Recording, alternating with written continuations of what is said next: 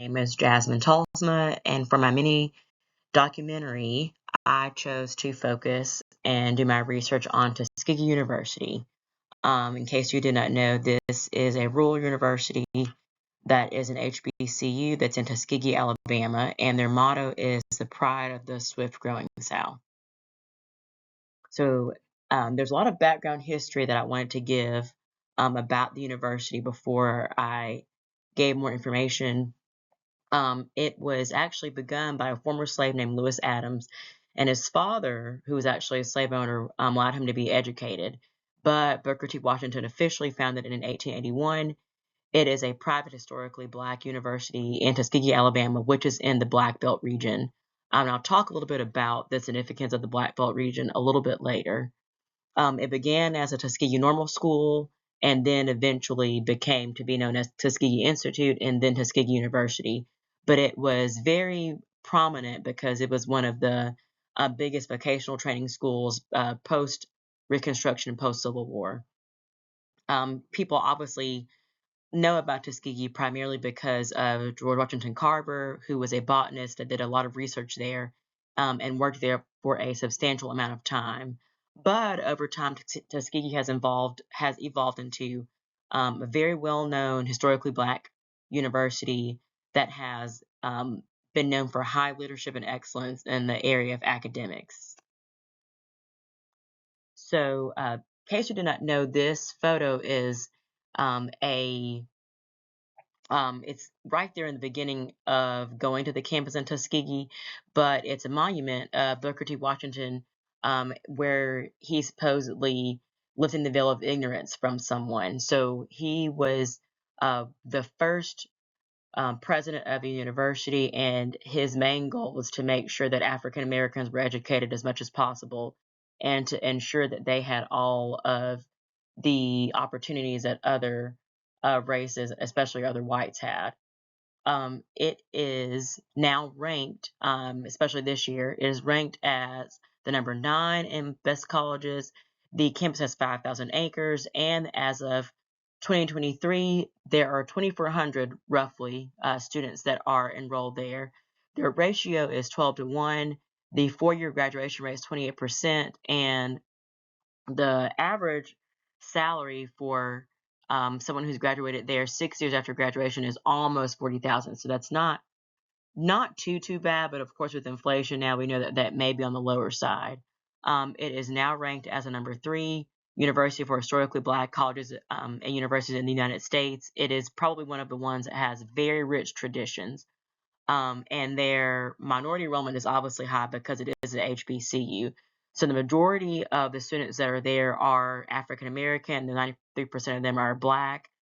And then 4% of these students identify as another race, usually 2 or more, and then 1% is white.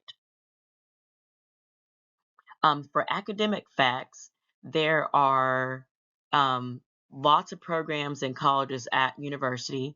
The most popular majors are mechanical engineering, biology, building construction, psychology, business management, chemical engineering, and supply chain management. So Tuskegee is a very heavy STEM school.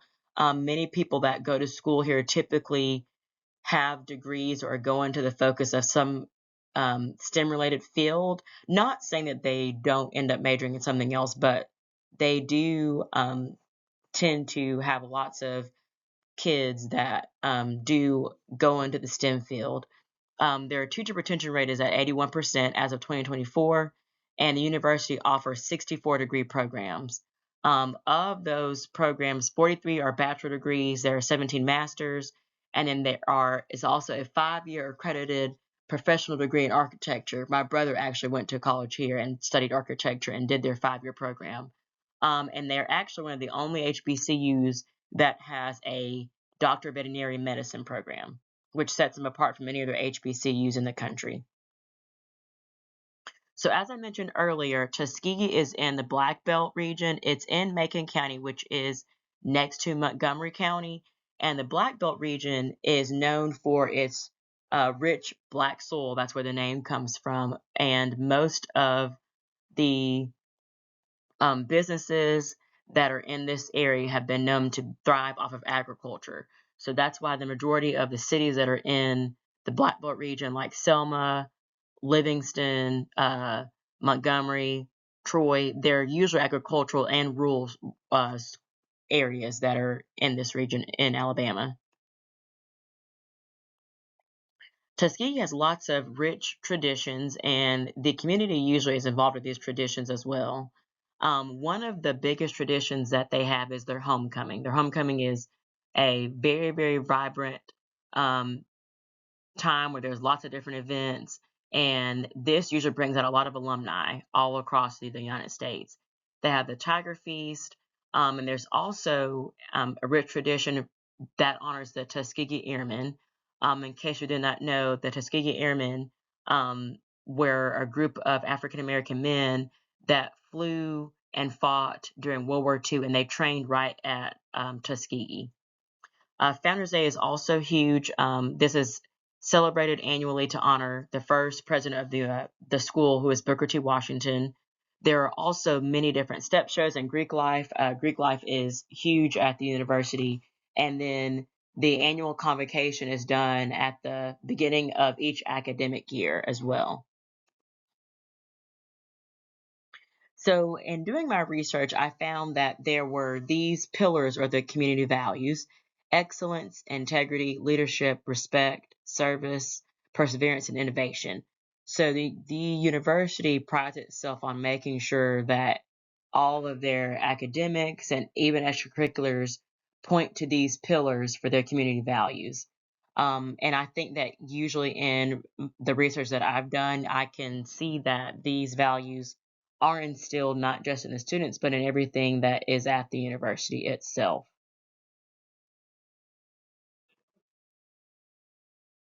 So I wanted to highlight some of the historical or main places on campus that are widely visited by people. In the previous photo, you saw the George Washington Carver Museum. So when you go into that museum, it is strictly devoted to talking about everything that Carver researched and studied when he was there. He is a well-known botanist that has been known for obviously doing lots of research with the peanut and helping to create peanut butter as well as many different things from peanuts. But he is also buried at Tuskegee. So in the top left-hand corner, you'll see his grave here. This house is in the top right corner is called the Oaks. So this is a historical home that's actually on the National Historic Registry, and it is the home where Booker T. Washington lived. On the bottom lower corner, this is Moton Field. So this is a National Historic Site now, but this is where the Tuskegee Airmen trained.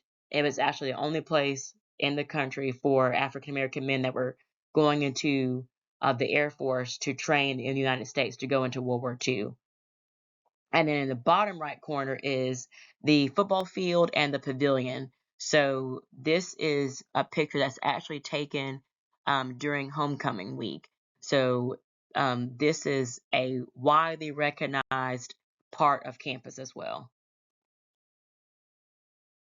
There are lots of community involvement and engagement. Tuskegee is a small rural town, so the bulk of the funds that Tuskegee has mainly come from the university. So there's a lot of university involvement, and the community also tries to give back, and they're very connected with the university as well.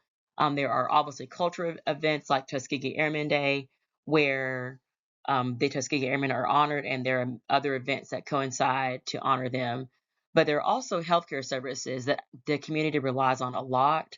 Like I mentioned before, STEM programs are huge at Tuskegee, and they do have a great nursing program. So the healthcare services do piggyback on the nursing program at the university, and they provide the community with health and wellness opportunities. There also is outreach, so there are health fairs, educational workshops. There are also drives to benefit literacy and economic development among the people in Tuskegee as well, since it is a primarily rural town. And there are lots of collaborations with local schools that are in the area. So the university does a really good job of partnering with other K through 12 schools to provide tutoring and some STEM programs. So not only does this help to show other young people that are K through 12 what opportunities they have in the STEM field career-wise, but it's also an opportunity for Tuskegee to showcase to the community what they're doing at the secondary level, and that only gives an opportunity to promote what they're doing and to hopefully get more people to come and enroll at Tuskegee. So, in my conclusion, I wanted to highlight that Tuskegee is a place and a university that I've actually been to numerous times. Both of my grandparents on my dad's side went to school there. My uncle, my dad's brother, went to school there, and my own brother went to school there. So I'm familiar with a lot of the historical aspects, but I think the biggest thing that I learned throughout this project and doing further research was how much community involvement Tuskegee has, along with the rich academic and educational excellence that they push. Um, like I mentioned earlier, they have a very competitive Doctor of Veterinarian program. The only other vet school that is in the state of Alabama is Auburn. And both of them are some of the top in the state. So I think it is awesome that Tuskegee is not only promoting many STEM fields, but it is also an HBCU that is promoting that, because typically the area of STEM is not extremely diverse.